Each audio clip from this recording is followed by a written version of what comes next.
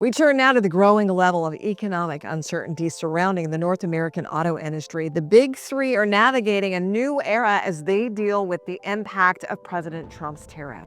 We are going to begin here tonight with the sweeping changes coming to America's biggest automaker. General Motors said today it is cutting close to 14,000 jobs, including 15% of its salaried workforce. Chevrolet has just slammed the brakes on its U.S. production, and the shockwaves are rippling across the country. In Michigan, Texas, and Missouri, plants that once thundered with the sound of assembly lines are now eerily quiet. This wasn't a slow fade-out. It was an overnight shutdown that hit GM's crown jewels, the Silverado, the Tahoe, the Blazer, right where it hurts. Billions in output vanished in a single stroke, leaving workers and suppliers reeling. For tens of thousands of employees, the blow was immediate and brutal. Shifts were scrapped, paychecks disappeared, entire households were thrown into crisis. And the pain didn't stop there. Contractors, suppliers, and transport crews suddenly had nothing to move, nothing to deliver, and no way to cover their bills. In factory towns like Flint, Michigan, and Toledo, Ohio, the ripple effect is everywhere. Shops are closing, families are falling behind on mortgages. A heavy sense of uncertainty hangs in the air. What happens to a community when its biggest employer walks away without warning? And the bigger question, is this just a temporary jolt, or the first crack in the foundation of American manufacturing? If you're finding this eye-opening, hit that like button. It really helps us push this story out to more people. Inside the plants, the shock was devastating.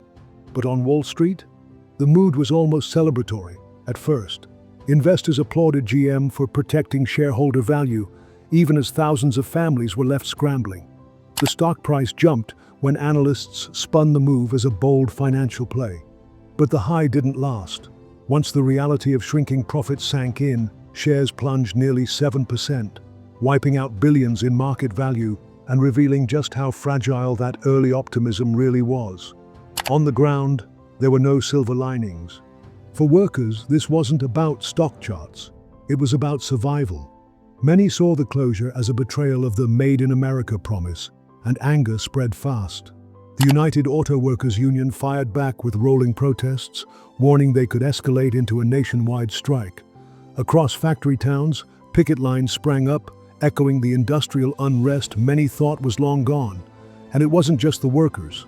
Customers joined the backlash, returning vehicles, canceling orders, and fueling a growing boycott. For GM, the trust gap was widening fast, not just with employees, but with the very people who buy their cars. If you've stuck with me this far, you probably care about where this is headed. Consider subscribing so you don't miss what happens next. Behind the anger on factory floors and the chaos in financial markets is the spark that lit it all: Washington's tariff war. What started as a promise to protect American industry ended up pushing it to the brink. The Trump administration's 25% tariff on imported cars and auto parts didn't just hit foreign rivals, it slammed the U.S. auto industry itself. Analysts say the global sector has already eaten nearly $12 billion losses, and the damage is still spreading. For GM, the hit was immediate. $1.1 billion gone in the second quarter alone, with warnings it could reach $5 billion a year if tariffs stay. Ford sounded the same alarm. Billions in profits could vanish overnight. Consumers aren't spared either.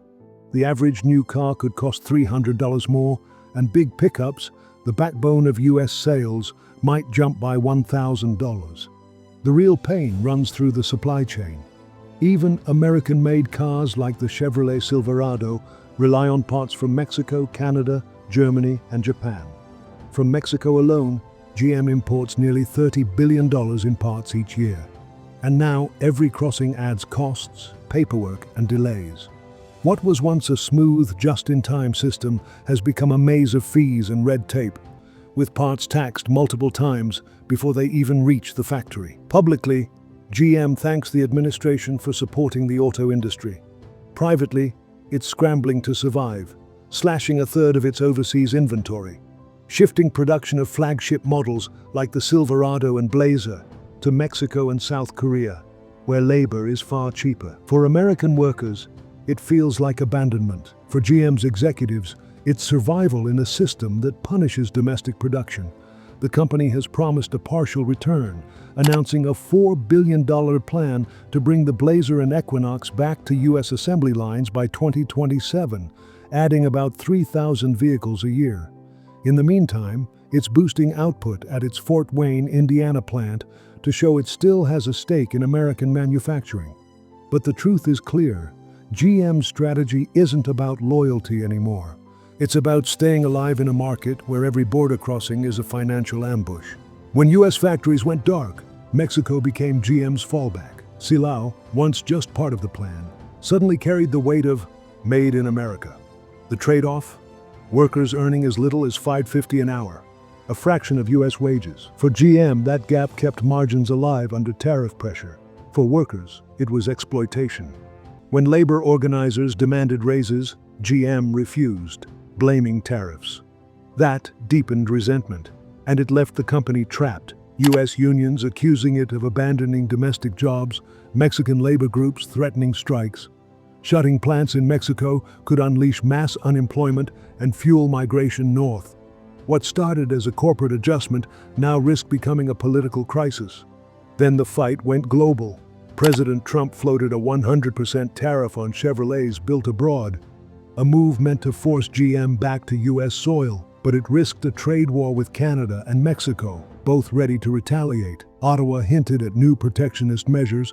Mexico prepared counterattacks to defend the very plants GM had just shifted south.